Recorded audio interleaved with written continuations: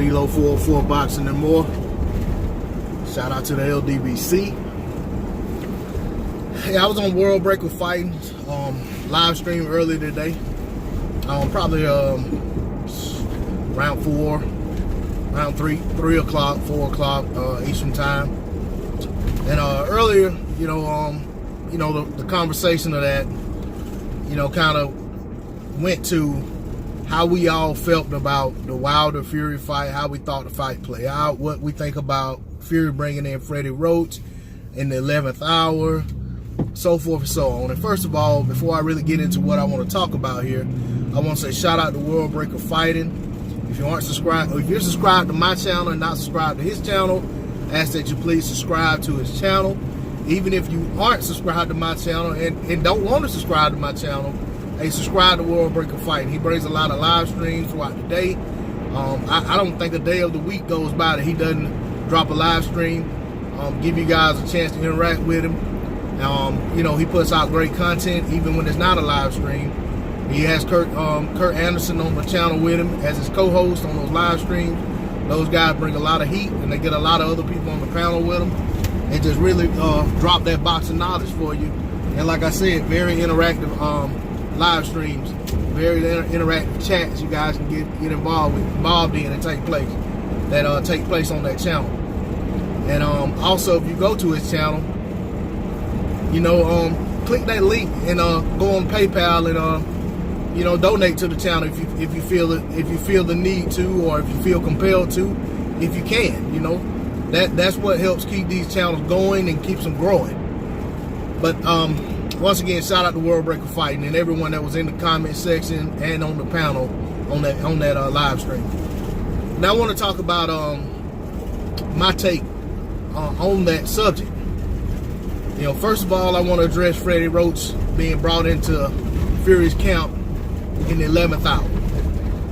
To me, it reeks of one of two things: desperation, or even another built-in excuse to say that, we brought Freddie Roach in, it was too late, and he actually hurt us more so than he helped us. Desperation in the sense that they're not getting what they felt that they're not where they felt they would be at this point, so they want to bring in more help, wanted to change some things up, see what the so-called guru Freddie Roach could bring to the equation to help them better prepare for Deontay Wilder and what Deontay Wilder brings to the table. That said, in my opinion, I don't think Freddie Roach does jack crap for Tyson Fury. I don't think, especially at this point, but I don't even know that Freddie would have been able to help him from the start.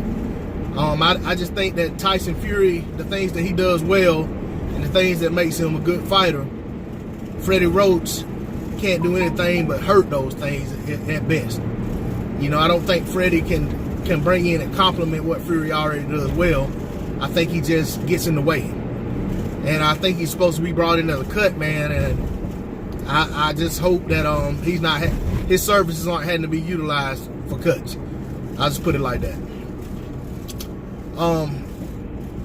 As for the fight, and I'll say I've been going back and forth about whether or not to go ahead and put a prediction out. But the reason I want to go ahead and do it is because with things changing like this, I don't want something else to change and something else change and just wait till the last minute to do my prediction. Because I've been steadfast as to how I felt these guys matched up, and how I felt they would have matched up years ago. So I want to go ahead and get my prediction out because it's fresh on my mind after coming off of that live stream. I just want to go ahead and say what my prediction is. I just don't see a scenario where my prediction changes. I mean, I've seen Wilder fight with the flu, and he still got his man out of there. So I don't think that anything can happen between there's some catastrophe could happen, but I'm just saying, if these fighters go into this fight with things as they are, even with someone changing something up in their camp or so forth and so on, I just can't see anything changing my mind as to how I feel the outcome of the fight plays out. So I'm gonna go ahead and put that on out today. For myself, nothing's changed. Nothing's changed. I felt like years ago when Tyson Fury climbed in that ring and acted as if he wanted to fight Deontay Wilder after he beat Artur Szpilka, after he KO'd Artur Szpilka in dramatic, just dominant, annihilating fashion. And Tyson Fury got up there. I think it was a plea for attention. Like, y'all don't give this guy all this attention. I'm the one that beat Klitschko. I'm the one that has 3 world titles, three sanctioned body titles, and I'm the lineal champion who beat the man who was considered the man. And I really feel like that is what that was all about. But I don't think Fury really wanted that fight. In fact, Fury had a rematch with Klitschko that was supposed to take place anyway. So it really wasn't even a fight that he could make at that time. And also, Wilder had a fight coming up with Povetkin, his mandatory, to go over to Russia, which at the time Wilder was hoping Povetkin would come to him. But he ended up having to go to Russia to get the fight done. But so that fight wasn't going to happen at that time. But it got the interest going for that fight once again. And my prediction is the same as what it would have been had that fight taken place within 6 months to a year of that exchange. I think Wilder, his athleticism, his jab, his awkwardness, his energy and intensity in the ring, it's going to be too much for Fury to overcome. I've said this on other videos. I'll say it again. I've always thought of Tyson Fury as a clumsy fighter. He is a good boxer. He has good footwork at times, but at times he looks clumsy and somewhat out of sync in there. It's almost like he's doing things and he's kind of thinking like, oh, what am I going to do now? You know, but what Tyson Fury does in the ring has been effective for him thus far. So I don't knock him for what he does in the ring. It's worked for him. Just like a lot of people hate Wilder's style and they think, well, Wilder doesn't even have a style. He's just out there just fighting. But I think, you know, for both guys, there's a method to the madness. They know what they're doing in there. And I think what Wilder does well will trump what Tyson Fury does well. Always have. Always have. I won't falter on that. I will say this. Having fought Luis Ortiz, in my opinion, helped Wilder in this fight. Will help Wilder. It will benefit Wilder to have fought Luis Ortiz. And the reason I say that, I genuinely feel Luis Ortiz was the most dangerous fight Wilder could have in the heavyweight division. I mean, that includes a fight with Anthony Joshua. That includes a fight with Tyson Fury. Wilder's mandatory, Dominic Brazil, or any other guy, Povetkin, or anyone else who the fans deem to be a dangerous heavyweight. I feel that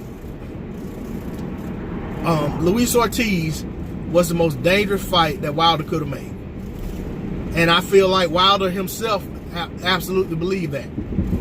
And when the fight fell through, he could not allow himself to not give Luis Ortiz another opportunity because fans already tried to blame Wilder. Not tried, they blamed Wilder for the Povetkin fight falling out, even though Povetkin failed the drug test. So, and everybody, including Eddie Hearn, was saying Wilder was crazy for fighting Luis Ortiz coming up to that negotiation trying to make that Joshua fight. They felt like the fight was too dangerous and he risked losing the fight and killing the Joshua fight. But I feel like having gone through that fire and having overcome the skill set, the awkwardness, the southpaw stance, and the technicality of Luis Ortiz only helps Wilder against Tyson Fury. Tyson Fury very well may try to come out in a southpaw stance. Well, guess what? Deontay Wilder just fought a southpaw. The best southpaw heavyweight out there. He just fought him. He just beat him. He knocked him out in his last fight back in March. So, Fury coming out there in southpaw isn't something Deontay Wilder hadn't seen before. He comes out in orthodox. Hey, that's what every 99% of the heavyweights are. But I just feel like when it comes down to the guys meeting in the square circle and the fight playing out, I feel like Deontay Wilder can box with Tyson Fury. And I feel like when it comes down to the exchanges, when it comes down to really letting the leather fly, I think that favors Deontay Wilder. I don't think Tyson Fury can take Deontay Wilder's best shot. I feel like the chances are much better that Tyson Fury will succumb to Wilder's best shots than the other way around. Deontay Wilder, when facing Bermane Stiverne in the first fight, the fight where he took Stiverne's title, somewhere around 4 or 5 rounds, Wilder caught Stiverne bad. It was against the ropes. He dropped Stiverne right at the bell. The ref ruled it a slip. Stiverne recovered. Of course, I think Wilder broke his hand. That may have actually been the shot that Wilder hurt his hand. I can say he broke it. He hurt his hand in that fight. But Wilder outboxed Stiverne up to that point, and he outboxed him the rest of the way, and he put fear in Stiverne. He made Stiverne respect his power so much that Stiverne wasn't the same Stiverne we saw against guys like Chris Arreola. Okay, fast forward to, we know everybody in between that's been knocked out, okay? Everyone after that got knocked out. Everyone before that was knocked out. You go to the Stiverne rematch, the fight in which Wilder tried not to even have to entertain because he didn't feel like he had to fight this guy at the time. He was trying to get the Luis Ortiz fight. Luis popped dirty. While everything was going on with the investigation, Wilder decided to go ahead and get his mandatory out of the way. He went ahead and fought Stiverne because he was going to pay Stiverne step aside money so that he could fight Luis Ortiz. Well, when Luis Ortiz failed the drug test, it made no sense for Wilder to go ahead and pay that step aside. So he went ahead and fought Stiverne. He vanquished Stiverne in 1 round, got rid of him with no problem. Stiverne wasn't even in a position to ever let his hands go wild to jump on him so early. I'm sure everyone watching this video saw it. But I'm rehashing this because I want to support. I'm trying to support my pick for this fight with factual evidence that has already happened. Okay. Fast forward 1 more fight. Wilder actually gets the Luis Ortiz fight. It took Wilder about 5 rounds to catch Ortiz flush enough to hurt him and drop him. It was the end of the round. Ortiz recovered. They came back out the next round. Ortiz got his bearings back. Wilder never really caught him the same again. And Wilder ended up being the one to get caught in the 7th round and got wobbled badly. But his will would not let him go down. He was still swinging back. He still was aware of what was going on. But for all intents and purposes, you know, you could say he was out on his feet, but he refused to go down, and he refused to shell up and allow Ortiz to tee off on him and let the ref step in and stop the fight. And he was still throwing punches with conviction that made Ortiz respect the fact that he was still in danger himself and at risk if he goes in there too reckless. Wilder eventually recovered and knocked Ortiz out. I think it was 10th or 11th round. He knocked Ortiz out, dropped him a couple times, and stopped him. We haven't seen Wilder in the ring since. You take Tyson Fury. Tyson Fury's best win was against Vladimir Klitschko. Fury boxed Klitschko from distance. He held him when he got close. He was the bigger man, maybe even the stronger man in there. He was so awkward. Klitschko never could set his feet to throw punches, and with conviction, and he just never really got a chance to get going. It was like every round, Klitschko was having to reset and start over. He like, well, I tried this and that round and it didn't work. Well, let me try something else. Well, let me go back to what I tried in that round. Let me go, you know, and it's just like he just never could get himself going. And I credit Tyson Fury for that. I don't think Deontay Wilder has to set things up perfectly like Klitschko was trying to do. And I don't think he will bother with it. Wilder can hit you while he's avoiding a punch with something that will sit you on your butt. Look at Luis Ortiz. You know, Wilder does not have to be in the perfect position to land a punch that will put you down. He doesn't have to be in a perfect position to land a punch that will stop you.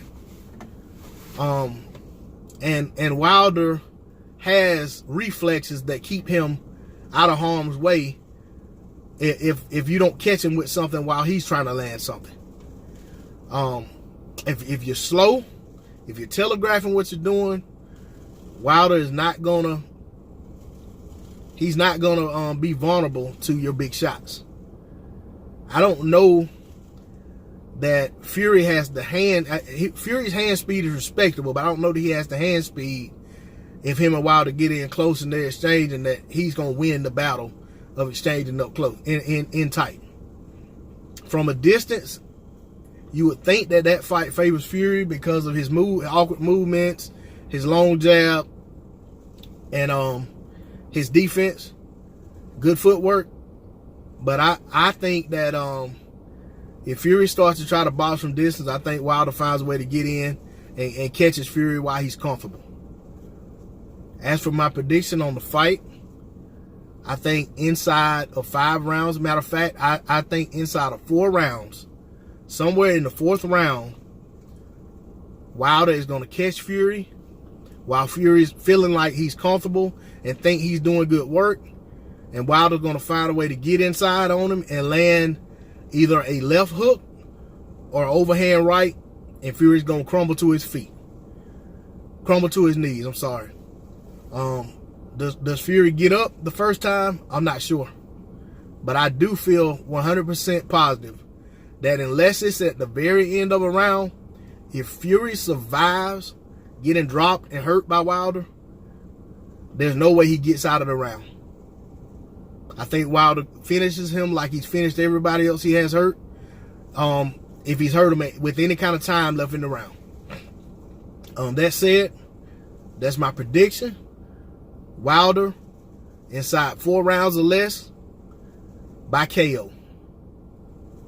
And after that, I want to see Wilder calling out Anthony Joshua. I don't care if they're playing games, if Anthony Joshua and his team playing games or not. I want Wilder to once again let it be known that's the fight he wants, and open up the door for them to come on in with those some legitimate negotiations. Shout out to the LDBC. Shout out to New Media.